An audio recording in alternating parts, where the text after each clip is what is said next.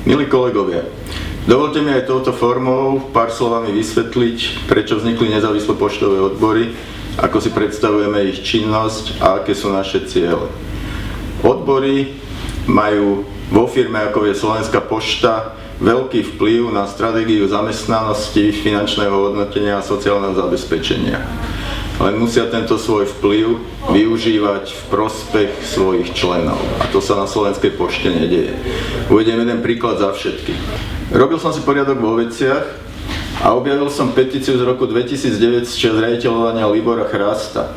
Keby som na nej prepísal dátum, tak je aktuálna ešte aj dnes. Bod po bode tie isté problémy. Lenže medzi tým ubehlo 7 rokov. To je výsledok práce odborových organizácií. To je aj dôvod, prečo sme založili nezávislé poštové odbory. Chceme byť iní, chceme byť lepší. 17 zakladajúcich členov sú doručovatelia a priehradkoví pracovníci z pošt Bratislava 49 a Bratislava 37. Žiadni starí a ešte starší odboroví funkcionári. A ako si predstavujeme našu prácu? Treba zakladať základné organizácie, či už podľa regiónov, pošt, pracovných pozícií.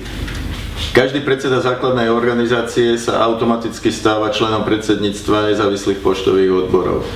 Takto chceme zabezpečiť, aby sa riešili problémy všetkých zamestnancov rôznych regiónov a pozícií. Ďalšou odlišnosťou je výška členských príspevkov. Momentálne sa členské príspevky neplatia.